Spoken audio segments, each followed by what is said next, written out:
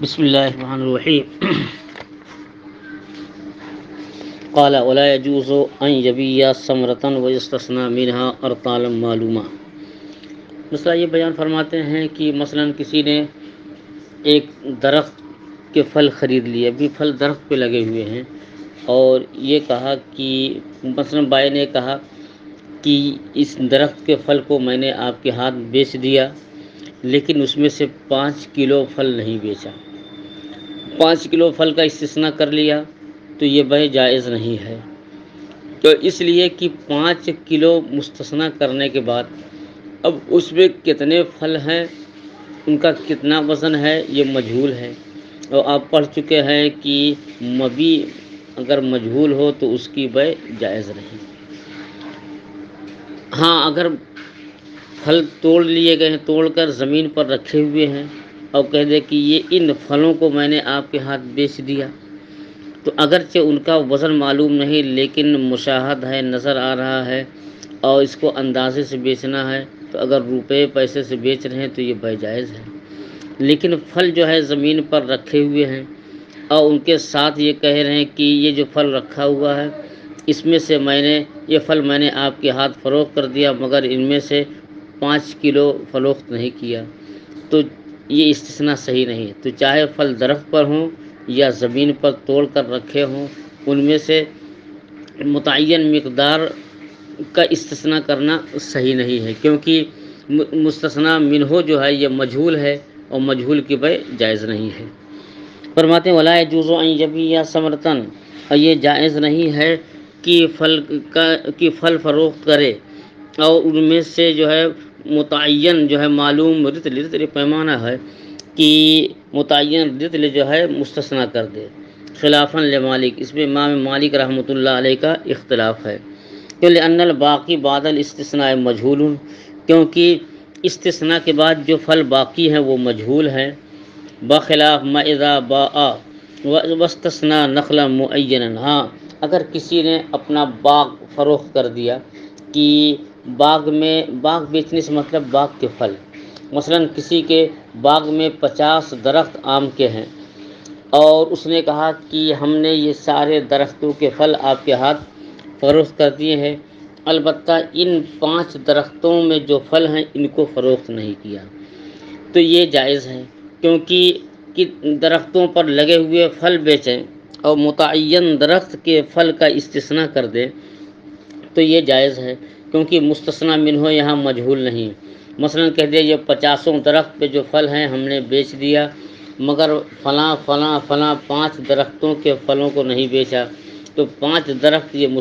مستثنیٰ ہو گئے، اور جو مستثنیٰ منہ ہے وہ تو مجہول نہیں بلکہ معلوم ہے، کہ ان 5 کے علاوہ باغ میں جتنے پیڑ ہیں ان پر جو بھی پھل ہیں ان کو ہم نے فروخت کر دیا، تو اس میں کوئی حرج نہیں۔ کہتے ہیں بخلاف جب اس نے بیچا اور استثناء کیا متعین درختوں کا، تو لأن الباقی معلوم بالمشاہدۃ، کیونکہ استثناء کے بعد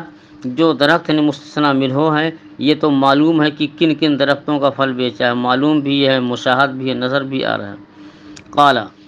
قالوا ھذا روایت الحسن، صاحب رایہ فرماتے ہیں کہ فقہاء نے فرمایا کہ یہ جو ہے حضرت حسن بن زیاد کی روایت ہے امام اعظم سے، وہ ہوا قول الطحاوی، اور یہی امام طحاوی رحمۃ اللہ علیہ کا ارشاد ہے۔ اما علی ظاہر الروایہ، لیکن ظاہر روایہ میں کیا ہے کہ ینبغی ان یجوز، کہ لأن الاصل ان ما یجوز ایراد العقد علیہ بانفرادہ یجوز استثناؤہ من العقد وبیع قفیز من صبرۃ جائز وکذا استثناؤہ۔ اب کہتے ہیں کہ جو مسئلہ متن میں ہے یہ اس سلسلے میں 2 قول ہے، کہ ایک درخت کے پھل کو بیچے اور متعین کلو یا متعین رطل جو ہے مستثنیٰ کر لے تو جائز نہیں ہے، یہ تو متن میں ہے۔ فرماتے ہیں کہ یہ جو ہے کہ امام حسن کی روایت ہے امام اعظم سے، اور یہی امام طحاوی کا قول ہے، لیکن ظاہر روایہ کے مطابق یہ بیع جائز ہونی چاہیے، کیونکہ ظاہر روایہ میں ایک ضابطہ ہے، یہ ضابطہ یہ ہے کہ جس چیز کا خریدنا جائز اس کا استثناء کرنا بھی جائز۔ مثلا درخت میں پھل لگے ہوئے ہیں، اب وہ کتنے پھل ہیں یہ معلوم نہیں، اب کوئی کہہ دے کہ یہ درخت میں مثلاً جو آم لگے ہوئے ہیں ان میں سے 5 کلو آم میں نے خریدا، 5 کلو آم میں نے خریدا تو یہ بے جائز۔ تو اب ان درختوں کے ان پھلوں کو اگر بیچ دے اور یہ کہہ دے کہ ان میں سے 5 کلو پھل میں نے نہیں بیچا تو یہ بھی جائز ہونا چاہیے، کیونکہ جس چیز کی بے صحیح اس کا استثناء کرنا صحیح۔ جیسے کہ گیہوں کی ایک ڈھیری ہے اور اس میں سے کسی نے کہا کہ ہم نے اس میں سے 25 کلو گیہوں خرید لیا، تو 25 کلو گیہوں خریدنا جائز۔ تو گیہوں کی جو ڈھیری ہے اگر ڈھیری کوئی فروخت کر دے، کہتے اس گیہوں کی جو ڈھیری ہم نے فروخت کیا 25 کلو گیہوں کے سوا، تو یہ جائز ہے، کیوں جس چیز کا خریدنا جائز اس کا استثناء بھی جائز۔ جب یہ ضابطہ معلوم ہو گیا تو یہی ضابطہ آئیے آم کے درخت پر بھی نافذ کیجیے کہ اس درخت میں جتنے پھل ہیں ان میں سے ہم نے صرف 5 کلو خرید لیا تو یہ بے جائز۔ تو جو 5 کلو پھل خریدنا جائز ہے تو 5 کلو استثناء کرنا بھی جائز کہ اس درخت میں جتنے پھل ہیں 5 کلو کے سوا ہم نے سب کو خرید لیا ہے۔ تو ظاہر روایہ میں یہ ہے کہ متعین رطل یا متعین کلو کا استثناء کرنا صحیح ہے، یہ ظاہر روایہ کے اعتبار سے ہے۔ اور پہلا جو ہے متن کا قول ہے یہ حسن بن زیاد کی روایت ہے امام اعظم سے، اور یہی امام طحاوی رحمۃ اللہ علیہ کا ارشاد ہے۔ فرماتے ہیں کہ یہ اور ظاہر روایہ میں یہ ہے کہ ینبغی ان یجوز کہ اس بے کو جائز ہونا چاہیے، کیوں اس لیے کہ اصل اور ضابطہ یہ ہے کہ جس پر تنہا عقد کرنا جائز ہے اس کا عقد سے استثناء کرنا بھی جائز ہے۔ وہ بیع قفیز من صبرۃ جائز، اور ڈھیری سے ایک قفیز گیہوں کی یا ایک قفیز کوئی بھی اناج ہو ایک قفیز کی جو ہے کی بے جائز، لہذا ڈھیری سے ایک قفیز کا استثناء کرنا بھی جائز، فقضا استثناء ہو تو ایسے ہی اس کا استثناء کرنا بھی جائز۔ تو مسئلہ مبحوثہ کہ ایک درخت کے پھل کو خریدنا یا بیچنا اور اسے متعین رطل کا جو ہے استثناء کرنا یہ بھی جائز ہے۔ اب جو ہے ایک سوال پیدا ہوتا ہے کہ بکری کا بچہ ہے، اگر کسی نے بکری خرید لیا اور کہہ دیا ہم نے بکری خرید لی مگر بچہ نہیں، یعنی بچے کا استثناء کرنا بھی جائز۔ یہ بھی کر سکتے ہیں کہ صرف بکری کے بچے کو خرید لیں اور بکری کا استثناء کر دیں، یہ تو بے صحیح ہے۔ لیکن اگر کوئی بکری جو ہے حاملہ ہے، اب کوئی کہتے ہیں یہ بکری میں نے خریدی مگر حمل نہیں، یعنی حمل کا استثناء کر دیا تو یہ بے جائز نہیں، تو اس لیے جب تک حمل اس کے جو ہے جب تک حمل ہے تب تک جو ہے اس کا حمل خریدنا جائز نہیں۔ کسی بھی جانور کے پیٹ میں جو بچہ ہے جب تک وہ پیدا نہ ہو جائے اس کا خریدنا جائز ہے، تو جب بچے کا خریدنا جائز نہیں ہے جو پیٹ کے اندر ہے تو اس کا استثناء کرنا بھی جائز نہیں۔ بخلاف استثناء الحمل، یہ بخلاف جو ہے حمل کے استثناء کے کہ یہ حمل کا استثناء کرنا جائز، جانور خرید لیں اور حمل کا استثناء کریں یہ جائز نہیں۔ وہ اطراف الحیوان، کسی نے کہا کہ ہم نے یہ بکری کو خرید لیا مگر سوائے ان کے پیروں کے، تو بکری خریدیں پیر کا استثناء کر دیں یہ جائز نہیں۔ جب پیر ہی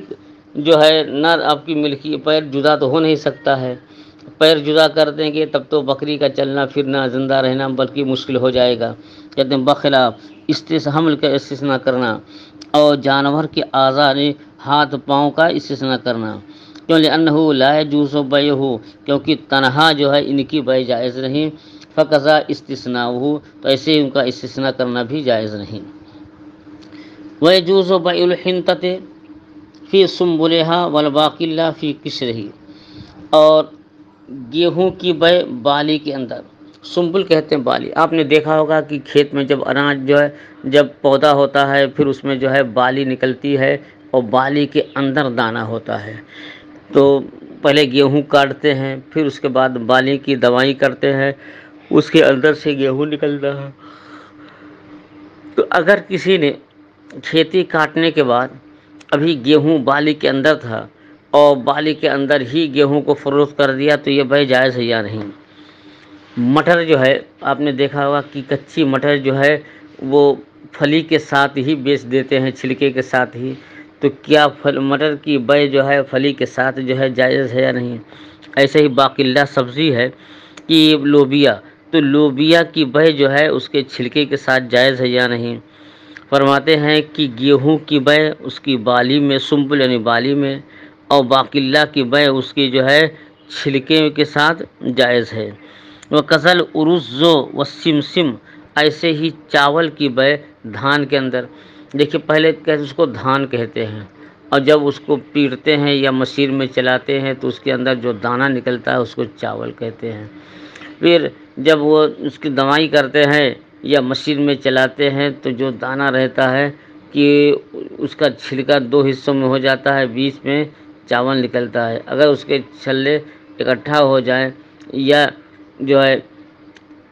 تو فرماتے ہیں کہ ایک باقلہ کی بے جو ہے چھلکے میں، ایسے ہی گیہوں کی بے اور بالی میں، اور چاول کی بے دھان کے اندر، اور سمسم یعنی تل کی بے بھی چھلکے کے اندر جو ہے جائز ہے۔ وقال الشافعی لا یجوز بیع الباقلہ الاخضر، امام شافعی رحمۃ اللہ علیہ فرماتے ہیں کہ اگر جو ہے ہری باقلہ ہے تو پھلی کے اندر اس کی بے جائز نہیں ہے۔ وکسل جوس واللوس والفستق فی قشرہ، ایسے ہی اخروٹ اور بادام اور پستہ کی بے اس کے جو ہے پہلے چھلکے میں جائز نہیں ان کے نزدیک۔ بادام آپ نے دیکھا ہوگا کہ بغیر چھلکے کے بھی فروخت ہوتا ہے، چھلکے کے اندر بھی ہوتا ہے، دونوں طرح بادام کی بے جائز ہے۔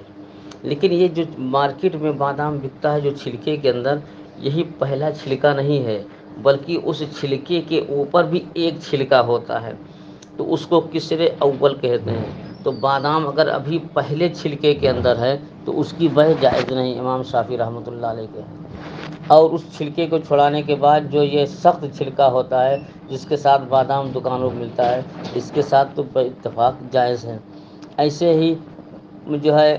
پستہ بھی جو ہے بغیر چھلکے کے بکتا ہے، چھلکے کے اندر رہتا ہے، اور اس کو جو ہے توڑ کر کے کھاتے ہیں، لیکن اس چھلکے کے اوپر بھی ایک چھلکا ہوتا ہے، تو اگر ابھی پہلے چھلکے میں ہو تو بادام پستہ کی بے جائز ہے یا نہیں؟ حضرت امام شافعی رحمۃ اللہ علیہ کے نزدیک جائز نہیں، ہمارے نزدیک جائز ہے۔ اور یہی حال جو ہے اخروٹ کا بھی ہے کہ اخروٹ جو ہے یہ بغیر چھلکے کی بھی مارکیٹ میں فروخت ہوتا ہے، اور چھلکے کے ساتھ بھی ہوتا ہے، اس کو توڑ کر کے اخروٹ نکالتے ہیں، لیکن اس چھلکے کے اوپر بھی ایک چھلکا ہوتا ہے، تو یہاں مراد وہی پہلے چھلکے، کہ پہلے چھلکے کے ساتھ اخروٹ کی بے، بادام کی بے اور پستہ کی بے امام شافعی رحمۃ اللہ علیہ کے ہاں جائز نہیں۔ وَلَهُ، امام شافعی رحمۃ اللہ علیہ کی دلیل یہ ہے کہ فی سنبلہ قولان، امام لہو فی سنبلہ فی بئی سنبلۃ قولان، امام شافعی رحمۃ اللہ علیہ کی جو ہے بالی کے سلسلے میں دو قول ہے کہ گیہوں کی بے بالی کے اندر جائز ہے یا نہیں۔ ایک قول میں تو مطابق جائز ہے، ایک قول مطابق ناجائز ہے۔ ان کی دلیل یہ ہے اندنا یجوز کلو، اور ہمارے نزدیک سب کے سب جائز ہے، چاہے کہ بادام جو ہے بغیر چھلکے کے ہو، پہلے چھلکے میں ہو، دوسرے چھلکے میں ہو، سب جائز ہے۔ کیوں امام شافعی کی دلیل، امام شافعی فرماتے ہیں کہ جو ہے چاہے بادام ہو یا پستہ ہو یا اخروٹ ہو، یہ جو مارکیٹ میں چھلکا ملتا ہے اس کے نہیں، اس کے اوپر جو پہلا چھلکا ہوتا ہے اس کے ساتھ بے جائز نہیں۔ کیوں؟ اس لیے کہ پہلا چھلکا ہوتا ہے اس کا کوئی فائدہ نہیں، کوئی منفعت نہیں، جب اس کی کوئی منفعت نہیں ہے، اچھا اور اس کے اندر یہ مغز ہے یا نہیں، یہ پوشیدہ ہے، تو پوشیدہ بھی ہے، جو اصل مبی ہے یہ پوشیدہ ہے، اور اس کے اوپر جو چھلکا ہے اس سے کوئی فائدہ نہیں، تو اس کی بے جائز نہیں۔ یہ ایسے ہی ہے جیسے سونار کی راکھی، آپ سونار کے ہاں سونار کی دکان پہ جائیں تو جو اس کی بھٹی ہوتی ہے جہاں وہ زیورات جوڑتے ہیں، کوئلہ بھی ہوتا ہے، سفید سفید راکھیاں بھی رہتی ہیں، تو اسی میں یہ جوڑتے ہیں، پھر اسی میں جو ہے یہ اس کو